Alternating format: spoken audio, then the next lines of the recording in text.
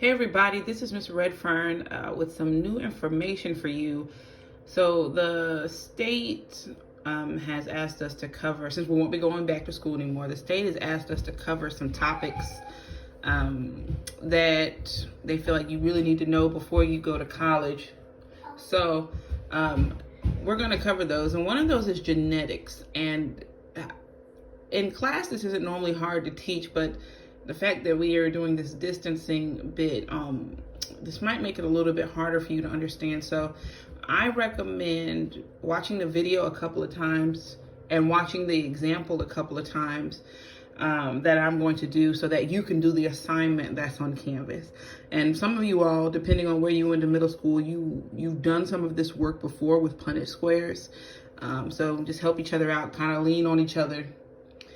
So let's start with the topic. The topic is genetics. And genetics is the study of how traits are passed from parent to offspring. And offspring are just like the children, right?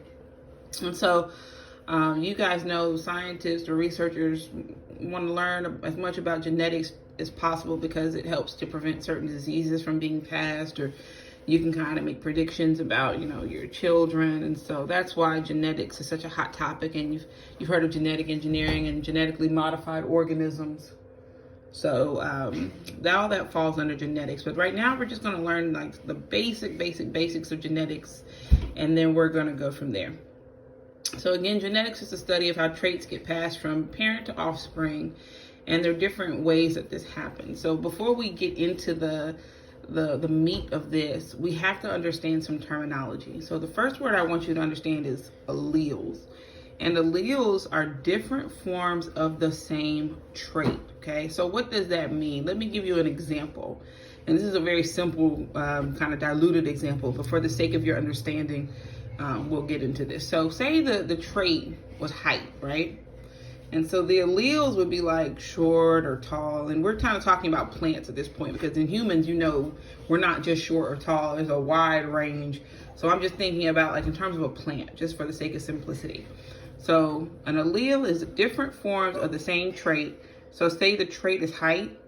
Well, the alleles would be short or tall. So some plants are short and some are tall.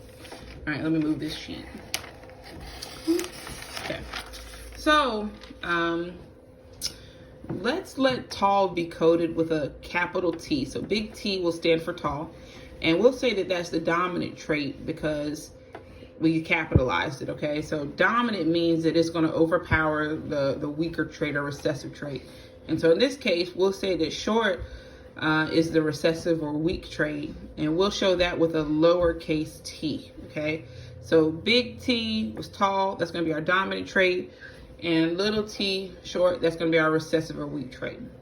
So you know that you would get one of these from mom and one of these from dad, right? And so this would be the genetic makeup that you got from your parents. We call this a genotype. So say you had two big T's, one big one from mom and one big one from dad. We call that combination homozygous dominant. The prefix homo meaning same, right? And then dominant, but that shows you that they're both big letters. So homo meaning same, and they are the same. Dominant showing you that they're uppercase. So homozygous dominant.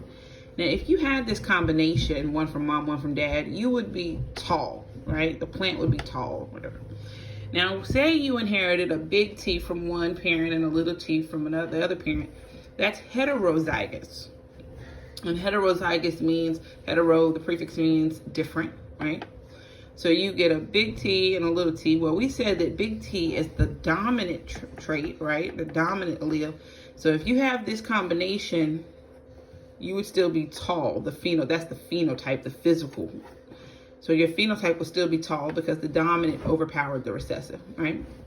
Now, what if you got a little t from mom and a little t from dad? We call that combination homozygous recessive. The prefix homo meaning same, and they're both the same. And recessive, they're lowercase, so they're the weak ones, right? Because we said that means weak. And so if you have this combination, come out short, because those both only code for short. So in a Punnett square, and this is what you'll have to do on Canvas, you will have to cross these parents. So here's a parent up here, and here's a parent. and figure out their offspring percentages. And these are predictions, like the probability of what their kids will end up like. So if you cross a homozygous dominant parent with a homozygous recessive parent, you'll find that all of their kids, 100%, will be heterozygous, right? Because they'll have a big T, little t. And 100% of them will be tall as well, because the dominant T overpowers the lowercase. And so when you're filling in a Punnett square, I just want to kind of walk you through this.